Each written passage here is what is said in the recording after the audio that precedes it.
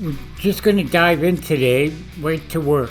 Welcome to KD Custom Woodworking. I'm Kevin Dunphy, owner-operator. And what I'm making today are an entry door, not an entry door, an inside door. There's a little difference with an entry door, but this technique can be done also for an exterior door or a host of other woodworking projects. All right, now I'm starting here with my joiner face down. And if you look at my feeder, I only have a feeder with one wheel. And that's the beauty of it. When you go face down, I don't want to put too much pressure down. I want to get that face perfectly flat so my door will be flat. And I go face down, nice and easy. Then I don't even have to flip it over. And now I go on the planer and come through. You see the way I'm going one way and then coming the other way? It makes it highly efficient. And usually I get my wood about 90%. I don't believe wood you can never get 100%. It's not metal. So, kind of get that out of your head. Wood is, sanded, fitted. It's just the nature of wood. All right? Now, I'm going here. Now I'm going to do my grooves for the mortise and tenon. This is the mortise part, the groove. And I got my dado blade set, and I'm on about a little over 5/8. So I go one way there, because I want it directly in the middle, and I spin it around. And that gets me spot on. If I try to do it in one shot, sometimes I could be a little off. This way I know I'm dead set in the middle.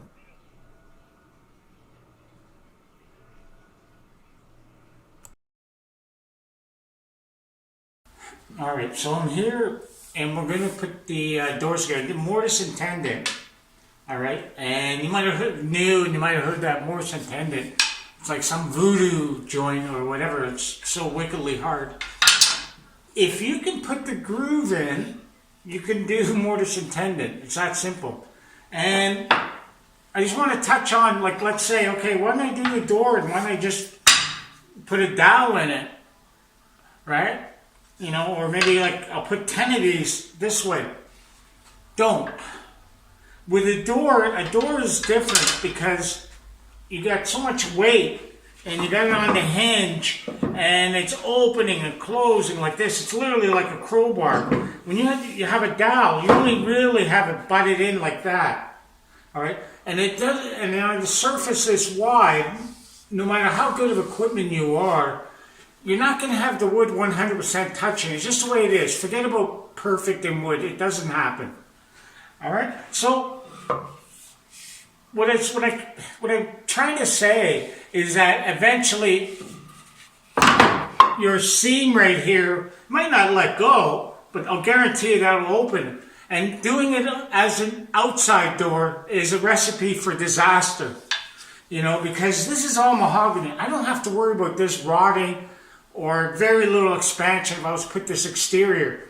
But these dowels, depending on the dowels I would get, if I get hardwood and there's moisture in there, it could rot out. Definitely let 2 or 3 of these go. So dowels have their place.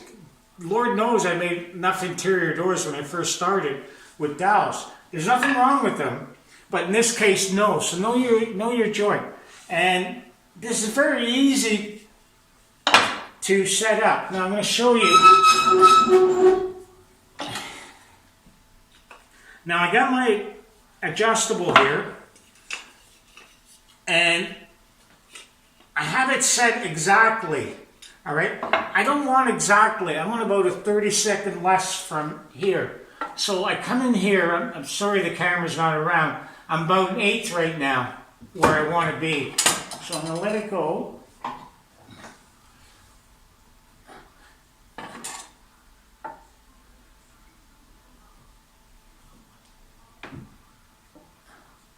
And I got about a 16th. Okay.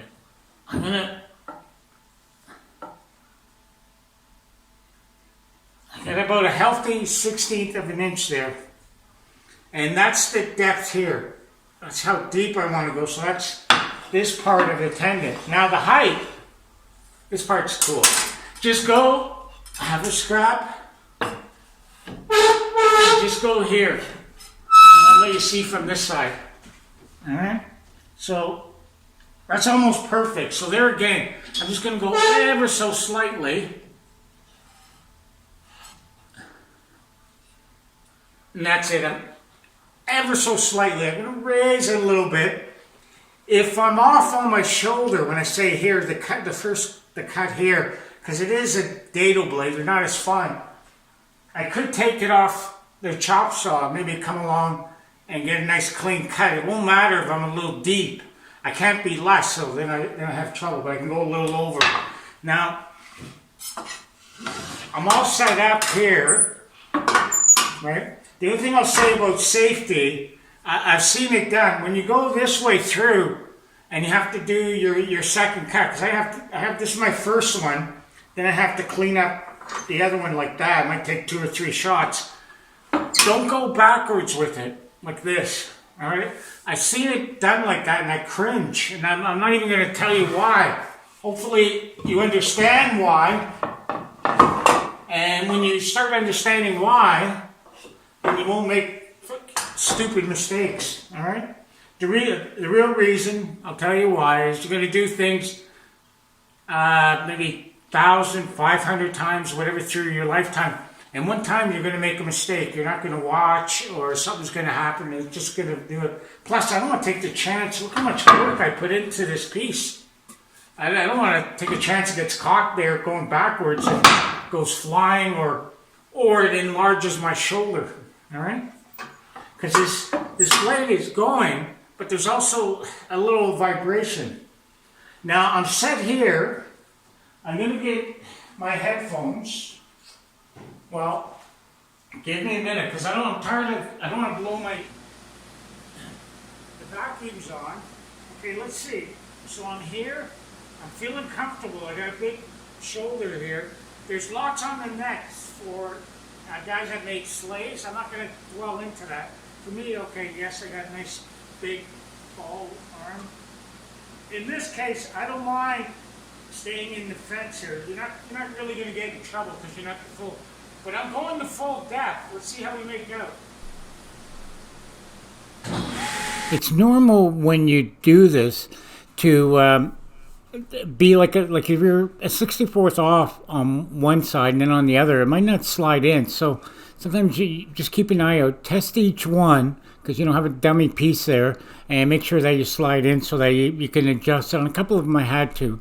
I wanted to slide in snugly, but I don't want to like pound it in, where the danger is you can put so much pressure on the groove and you could split it open, so be careful of that. Now, just doing it one at a time, taking my time. I'm ready to put the door together. Now, the middle bracing is going right here.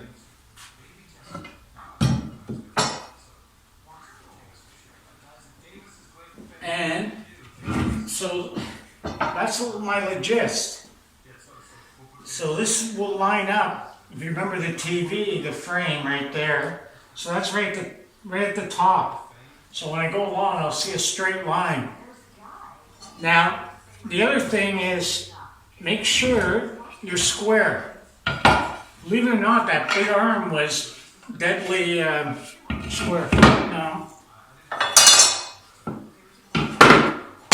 what I'm going to say is, all glues are not created equal. And I am here to tell my experience, not to rag on a company, but Tribond 2 or 3, whatever they go for exterior doors, don't use it. I found it on 2 instances where the heat from an exterior door, the sun hitting it, made the glue soft, and actually the door let go a little bit. And I've heard from somebody else I truly respect. He even came out a book on how to make exterior doors. I can put that link there if somebody wants to ask for it. And he described the same thing. We were on a forum once, we both said the same thing. Everybody says, oh, you guys are liars. No, it's not true. It happened, all right? What can I tell you? I'm here to try to save you if I had a problem. The only saving grace with that door was my personal front door. But for any customers, I'm not making this up. I never used that glue. Never. I won't have it in the shop. No. Tribond, I'm telling you, dress that. I mean, I use Pro Bond Max Lepages. You've seen that before. I stirred it up. I cut my top off because it was sitting around a bit because I use it only on my specialty things. So I got it stirred here nicely. I had a little bit of this left. Press X veneer. So I put that in there. And it's very, what I love about the Pro Bond, it's a very thick glue. Because even with these joints, they're, like I know it sounds like a broken record. Wood's not perfect, so there's a little gap, especially when you get this big. And so it's going to get in there. I'm trying to say, the other stuff, like the Lepages or even the Gorilla Glue or things like that, are just loaded with so much water. So how much glue's left in there when the water is moved is like paper thin, less than paper thin. And sometimes, you know, you don't get things that much. The other thing I'll point out, don't use a brush to put this on, or to try to get a nice little layer on, because I've seen what they call glue starved joints. What that means is the end grains here can drink a lot of the moisture, especially if your glue's full of water. So remember that. Remember, I had a little extra. I don't really care if it leaks out. I'll sand it or whatever. But, you know, I don't have to be like messy. I know it's a fine line. All right. Now, enough of that message today. I'm not making any money off this, but you guys want me to make cool stuff. I'm open for suggestions with your glue. All right. Now, I'm ready. I'm focused. I'm going to use 6 clamps. I might leave this on real time. I don't know. Or I might have to speed it up because people seem to have a low attention span. All right? Now I'm just going in here, putting a little bit, making sure I worked it. And I'm putting it on my shoulder. All right? A little bit spilling out. And I'm going to show you one amazing trick here. And I'll show it to you after. Now hopefully explain this and make sense.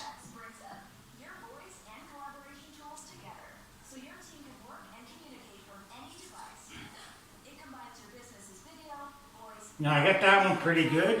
I'm going to get the other one. I got 1 hour, right? But you get stressed out on doing this.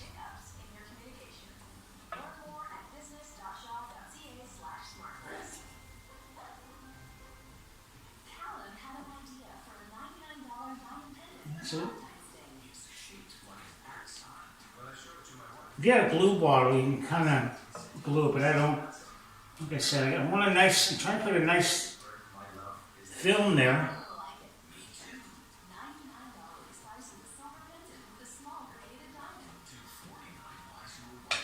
Okay, pretty good there. I'm going to go down here.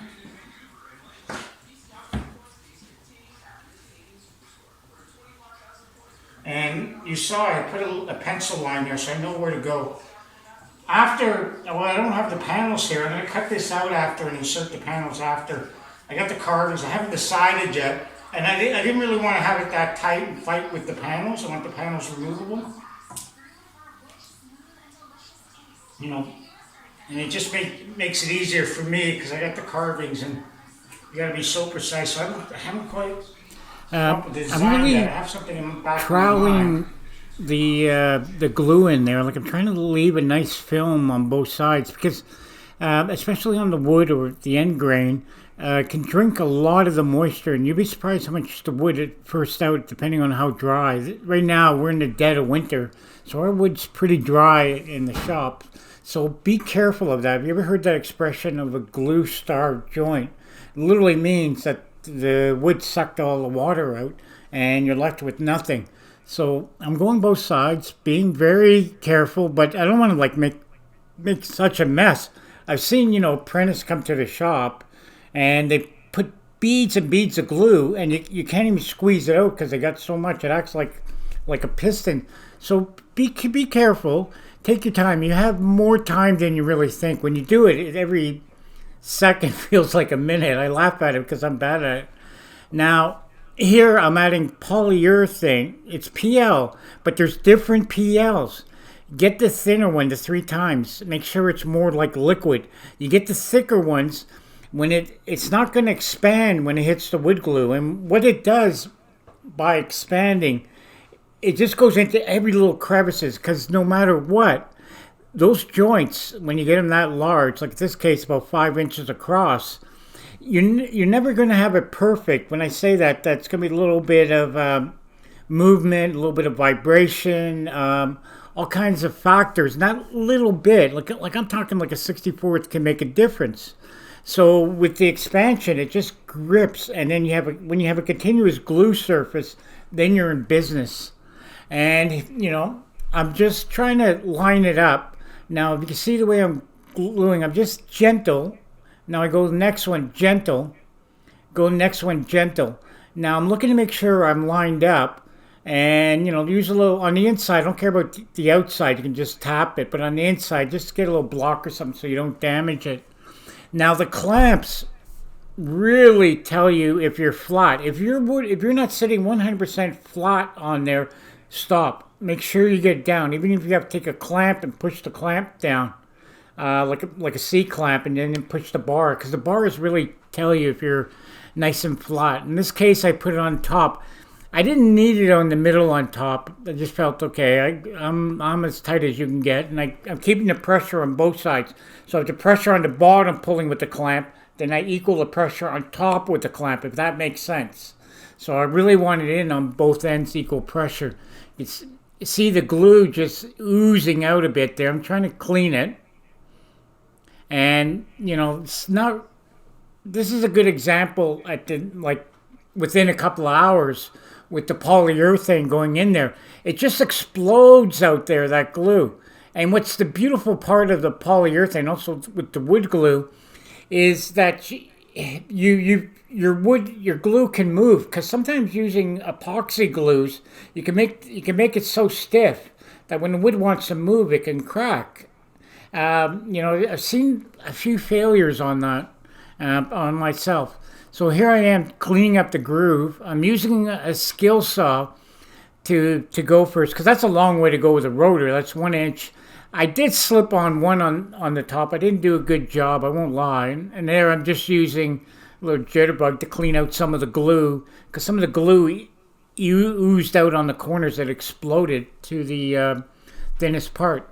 Now coming here with a rotor, I had a bigger rotor there, but it's in repair, so I had to stick with my little one. I had a hard time. I wouldn't recommend using a little handheld rotor there. It's really, I think, a little too much wood to be taken away there, because that's like almost 3/4 thick. But it made it.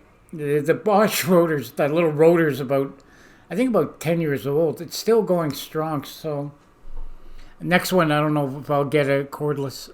Now, this is one messy job. I hate sometimes doing this, and I should have worn a mask.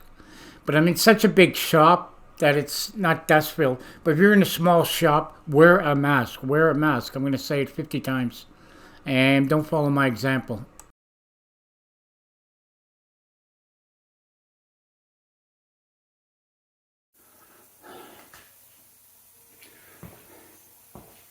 Okay, now we discussed mortise and tenon.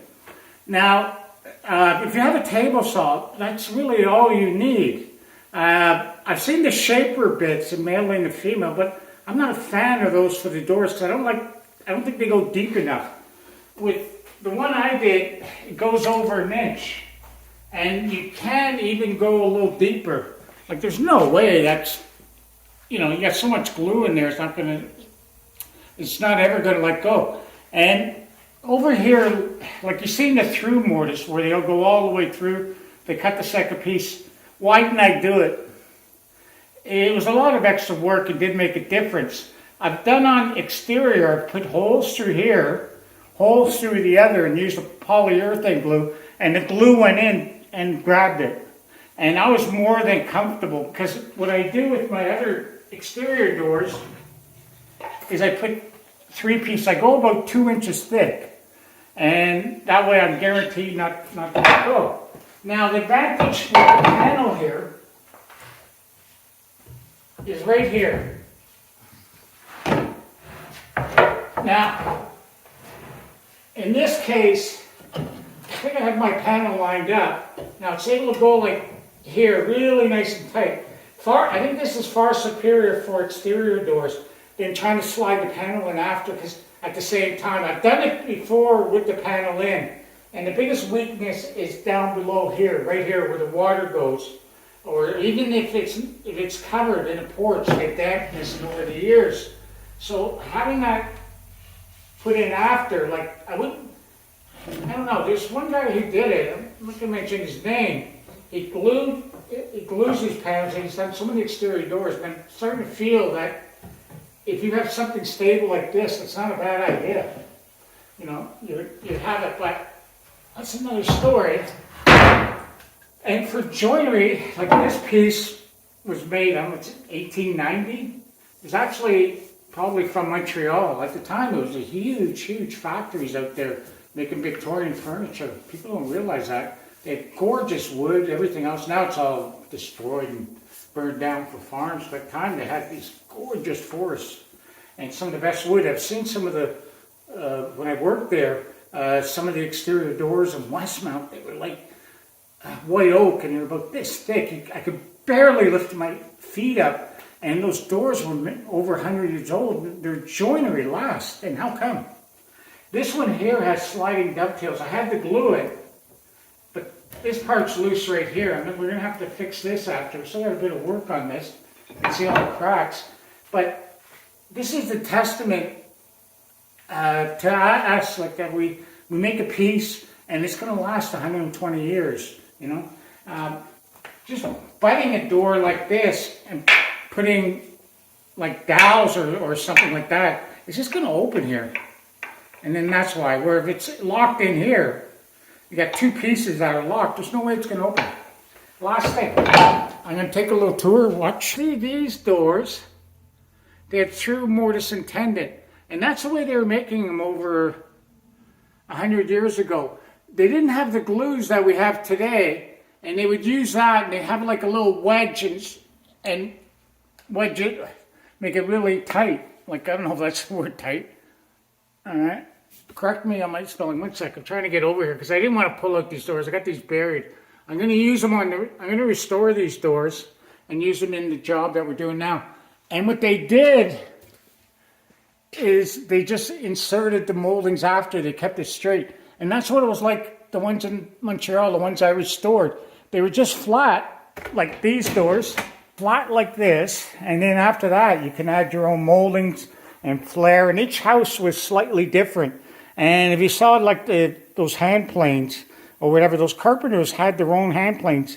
And sometimes they'd make their own knives to create a uniqueness. But this is how their doors would have been made.